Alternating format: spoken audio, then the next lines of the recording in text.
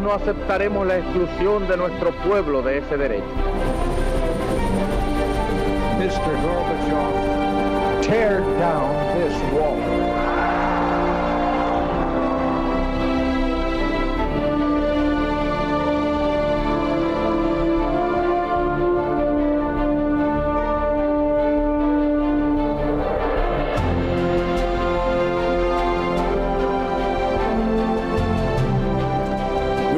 Señoras, caballeros, bienvenidos a Tiempos Modernos. Entre 1897 y 1921, en España, asesinaron a 3 presidentes del gobierno, del Consejo de Ministros, como se llamaba entonces: Cánovas, Canalejas y Dato.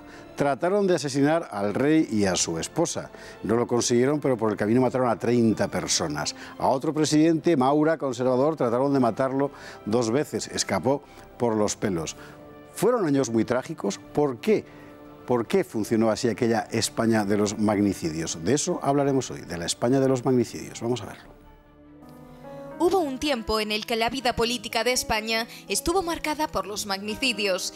3 presidentes del gobierno asesinados en menos de 25 años. Añadamos a la lista los intentos frustrados. Los atentados contra el gobierno y la corona fueron el rasgo característico de la España de la Restauración. El 8 de agosto de 1897, el pistolero anarquista Angiolillo asesinaba en Mondragón al político conservador Antonio Cánovas del Castillo, artífice de la restauración monárquica y promotor de la Constitución de 1876. En aquel agosto de 1897, Cánovas, próximo ya a los 70 años, estaba veraneando en el balneario de Santa Águeda. Fue allí donde le descerrajaron 3 tiros mientras leía la prensa. El autor, Michel Angiolillo Lombardi, de 26 años, fue inmediatamente detenido y juzgado. Se le condenó a muerte por garrote vil. Pocos años después, el 31 de mayo de 1906, el anarquista Mateo Morral atentaba en Madrid contra el rey Alfonso XIII, arrojando una bomba al paso del cortejo nupcial de Alfonso y su esposa, la reina Victoria Eugenia de Battenberg, nieta de la reina Victoria de Inglaterra. Los reyes salieron ilesos, pero la bomba mató a 30 personas y otras muchas quedaron heridas. El asesino se dio a la fuga, fue localizado en Torrejón de Ardoz. Allí un guardia le detuvo y Morral asesinó al guardia y después se suicidó de un tiro. Habrá más. Al conservador Antonio Maura intentaron matarlo 2 veces, un anarquista en 1904 y un socialista en 1910. El gran político conservador escapó por los pelos. Menos suerte tuvo el presidente del gobierno, José Canalejas, del Partido Liberal. El 12 de noviembre de 1912 era asesinado en Madrid.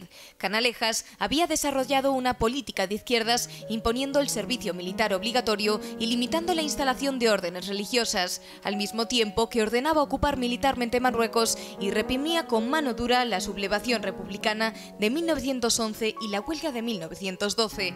Lo mató de 3 tiros por la espalda el anarquista Manuel Pardiñas, que acto seguido se suicidó.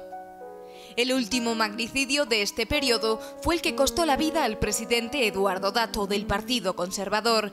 Era el 8 de marzo de 1921. Lo mataron de 20 balazos los anarquistas catalanes Cusidó, Fort y Casanellas. En plena guerra de pistoleros entre anarquistas y patronos, Dato había iniciado amplias reformas sociales y se preocupó por el trabajo femenino e infantil, creando también el Ministerio de Trabajo y legislando la protección contra los accidentes laborales. Los asesinos de Dato serán indultados por el dictador Primo de Rivera en 1924.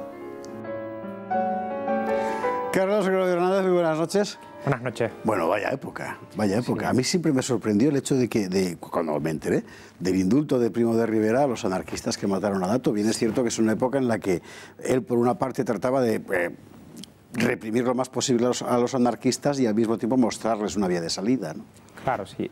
Primo de Rivera intentó y de hecho llevó adelante una política dura contra el anarquismo, acusándole y señalándole de la violencia de los años anteriores, entre el 17 y el 23. También se aproximó al socialismo, intentando buscar un puente a la hora de tener un diálogo con el movimiento obrero. Bueno, tuvo a Largo Caballero trabajando en la Secretaría de Trabajo, ¿verdad? En fin. Y concedió bastantes amnistías, no solo en este caso. Juan March es otro de los beneficiarios de la política judicial del gobierno Primo de Rivera. ¿Por qué pasó todo esto? Es decir, hasta ese momento el último magnicidio había sido el de Prim, en la época de bueno, llegaba Mario de Saboya, corresponde a otro tipo de motivaciones políticas que no tienen nada que ver. A partir de la Restauración es el anarquismo el que empieza a golpear, con un objetivo que desde el punto de vista político es difícil entender. Hay una estrategia general y luego un contexto particular en cada uno de estos atentados. La idea más general, ¿no? El anarquismo quería ser y señalar la debilidad del Estado a través del golpe en su cabeza. Yeah.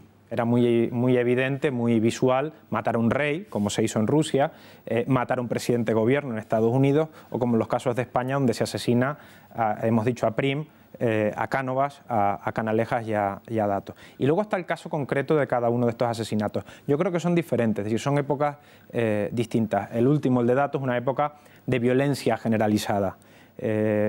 Muere más gente entre el año 17 y el año 23 en España que durante toda la Segunda República. Conviene subrayar esa época porque, claro, mucha gente se le ha olvidado o bien solo conoce una parte, que es la que luego ha narrado mil veces el anarquismo y el movimiento obrero, que es la guerra feroz entre sindicatos y patronal, muy particularmente en Cataluña, aunque también en el resto del país. Es la época de la verdad sobre el caso Savolta, de Eduardo Mendoza, por ejemplo, y todo aquello, que realmente es una guerra. Hay una violencia muy alta, se asesina a un arzobispo, se mata a patronos, van armados los diputados al Congreso. Recuerdo leer las crónicas parlamentarias en las que Indalecio Prieto se enfrenta a un miembro de los sindicatos libres que esgrime un arma en pleno Los sindicatos Congreso. Libres que eran los de la patronal.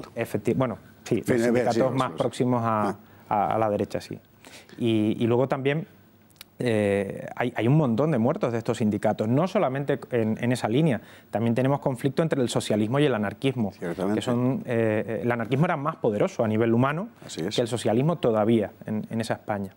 Dicen de hecho que la política de Primo de Rivera se apoyó en el socialismo y ellos dijeron que sí para tratar de menoscabar el poder de la CNT, que era enorme. Claro, porque el socialismo ofrecía una jerarquía que el anarquismo no tenía. Es decir, era más fácil hablar, tener interlocución con el socialismo que con el anarquismo. Era mucho más complejo llegar a la paz social a través del anarquismo.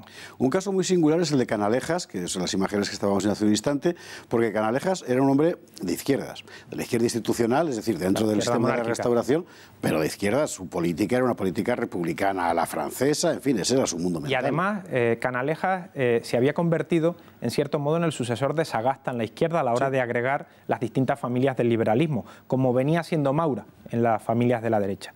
Y representaba una renovación también programática del liberalismo español. Es decir, Canalejas no era Moret, Canalejas no era más de lo mismo dentro del partido, no era Romanones o no era García Prieto, cualquier otro de estos líderes.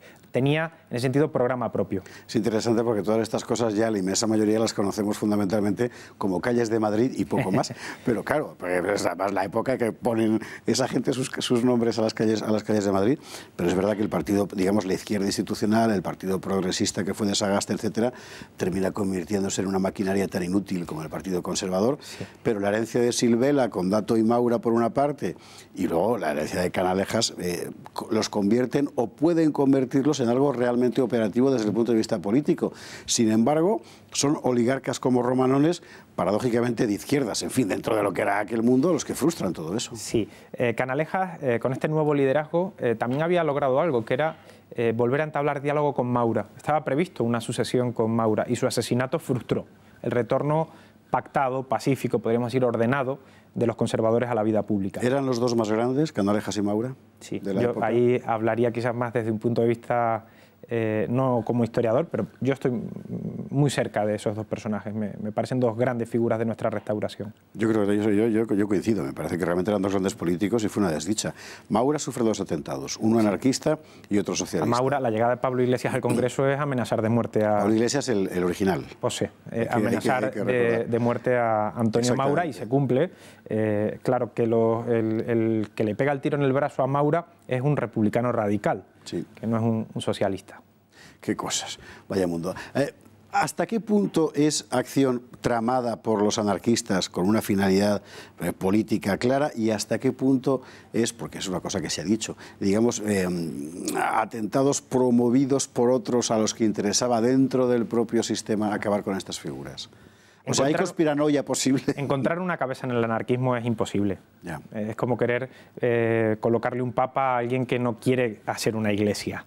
Entonces, el anarquismo lo que sí tiene es la facilidad para ser manipulado en sus fines. Es decir, hay mucho voluntarismo, mucho hombre dispuesto a sacrificarse por unos principios, lo cual es loabilísimo, pero eso tenía un fácil uso por parte de los contrincantes políticos, en este caso podríamos decir desde Prim a Cánovas. Piense que se ha especulado, por ejemplo, con la mano de los independentistas, la mano de Estados Unidos en el atentado de Cánovas. Es decir, que en ese sentido es fácil la manipulación, o Morral en el año 6. Así es. Todos estos atentados coinciden en que finalmente su resultado es tremendamente negativo para el conjunto de España, al margen ya del crimen personal por lo reprobable que es. O sea, Cánovas era un grande y para una crisis como la que se venía encima habría sido una cabeza importante porque además conocía bien el problema cubano. Canalejas tenía un programa político que seguramente España necesitaba en aquel momento. Dato había llevado a cabo una política de reforma social, de derechos de los trabajadores, etcétera, muy interesante. Y los tres son frustrados por balas anarquistas. Es complejo analizar así tan rápidamente, ¿no?, todos esos atentados. Cada uno de ellos cambió la historia de España. Piensen en el último, en el de Dato, ¿no? Luego nos encontramos con Anual. Inmediatamente después. El sucesor de Dato no estaba preparado para afrontar lo que se le venía encima, Allende Salazar. Piense en el caso de Canalejas. Es Romanones el que le sucede en un ínterin de liderazgo realmente muy débil en el partido. No logró agrupar a los liberales nunca más. Piense en el caso de Cánovas. Las derechas vivieron un tiempo de descomposición, regresa Silvela, aparecen algunos personajes que no terminan de consolidarse hasta que aflora Maura, ¿no? Es decir, que la política española se vio muy afectada por cada uno de estos atentados. ¿Y el rey? El rey salió ileso de aquel primer atentado. El rey salió muy reforzado de ese atentado, como podríamos decir que también España. Porque aunque todos estos atentados sí señalaban la debilidad del poder, si uno lee la prensa de esa época, yo he tenido la oportunidad y la fortuna de poderla leer, hay un patriotismo de fondo, hay una unidad de fondo entre los españoles cada vez que ocurre un atentado así, viendo la prensa de izquierda o la prensa de derecha. De hecho, los periódicos más centrados, más, digamos, en ese sentido, abiertos a las distintas tendencias, tenían muy claro que no se podía consentir el anarquismo. De ahí también la política represiva que se siguió en toda esta violencia. Y en general con el apoyo casi unánime de la población, hay que decirlo, respecto a fundamentalmente al terrorismo de la CNT. Bueno, esto era la España de nuestros bisabuelos, la España de los magnicidios, la España de la Restauración. ¿Podría haber durado más o era inevitable que llegara un espadón como Primo de Rivera? Era muy difícil que no llegara. Ya lo intentó Aguilera, ya lo habían planteado otros militares, Weyler, que había que ir a una solución militar. Lo había planteado Ortega y Gasset, una de las cumbres intelectuales de ese tiempo. Lo había planteado Maestu, en otra línea. Lo habían planteado muchos personajes. Pues de ellos hablaremos otro día, porque hoy se nos ha acabado el tiempo. Carlos Gregorio Hernández, muchísimas gracias, como siempre, por estar con nosotros. Y a ustedes, muchas gracias, muy buenas noches.